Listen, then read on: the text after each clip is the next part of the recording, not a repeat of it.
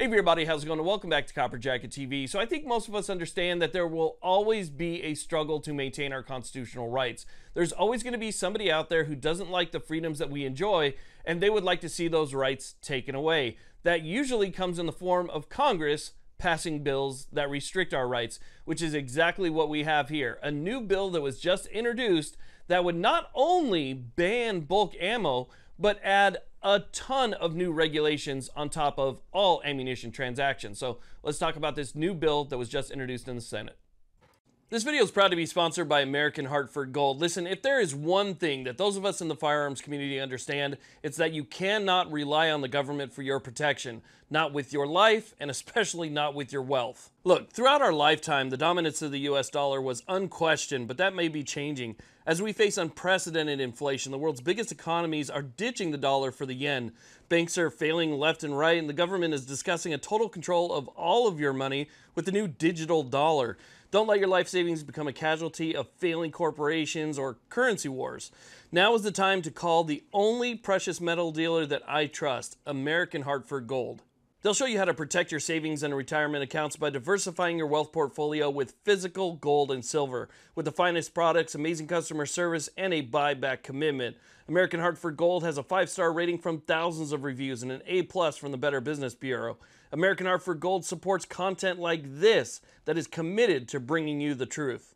Tell them I sent you and they'll give you up to $5,000 of free silver on your first order, so call them now. Click the link in the description or call 866-856-2507. That's 866-856-2507 or text COPPER to 65532. Okay, so let's go and talk about what's going on here. So the bill that we're talking about today is S3223. This bill's been introduced. It's currently sitting in front of the Judiciary Committee, but it's so new that it doesn't even have the full text uploaded online yet. All we have so far is the title of the bill, but the title of the bill gives us enough information where we can kind of digest what might be in the bill once it comes out. Let me go ahead and read you guys the title so you know what this bill is trying to do. Okay, so let's go ahead and read this directly from Congress's website. So I'm at the page for the bill. It says, all information except text for S3223, a bill to amend Title 18 United States Code to prevent bulk sales of ammunition. So that's the first part, right? I don't know exactly what they consider bulk. It could be 100 or more, in which case they would ban the sale of anything that exceeded that number. Promote record keeping and reporting about ammunition. So what they want to do here is they want to do a background check very similar to what you would do through an FFL, and all of that stuff, all of that information would be kept by the FFL, I assume, and it would be the same type of record keeping you would keep for other things that you would get from an FFL. And ammunition straw purchasing. So I don't know if you guys ever thought about this, but straw purchasing for ammunition, that means that you wouldn't be able to get something, a box of anything, and then give it to somebody else, or they can consider that a straw purchase, and require a background check. Okay, so here's the background check part. And require a background check before the transfer of ammunition by certain FFLs to non-licensees. Okay, so that's just the title of the bill. This is what Warren has to say herself. Hey everyone, it's Congressman Robert Garcia, and I'm here with Senator Elizabeth Warren, and we're really proud today to introduce the AMMO Act. The AMMO Act restricts bulk sales of ammunition across the country. It makes sure that retailers who are selling ammunition have the same federal licensing as folks that are selling guns, and it ensures that people that are buying ammunition go through some type of background check. Because here's the deal. Right now, there are no federal restrictions on the sale of ammunition, and that makes no sense at all. So let's go ahead and break this down, and I want to start off with that very last part where it said background checks through FFLs to non-licensees. So what they're saying with that title is, if you want to sell that, you're going to have an FFL's license. There's going to have to be a background check done, paperwork probably similar to a 4473.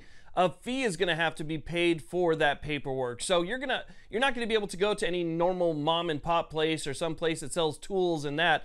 They're going to have to be a licensed FFL in order to do the transaction under this bill. Now, because we don't have the full bill text, like I said before, it's very hard to figure out what they would consider to be bulk. But keep in mind, these are the same people that consider 11 rounds to be high capacity. So I assume that number is going to be very low, and the threshold for bulk is going to be very low as well.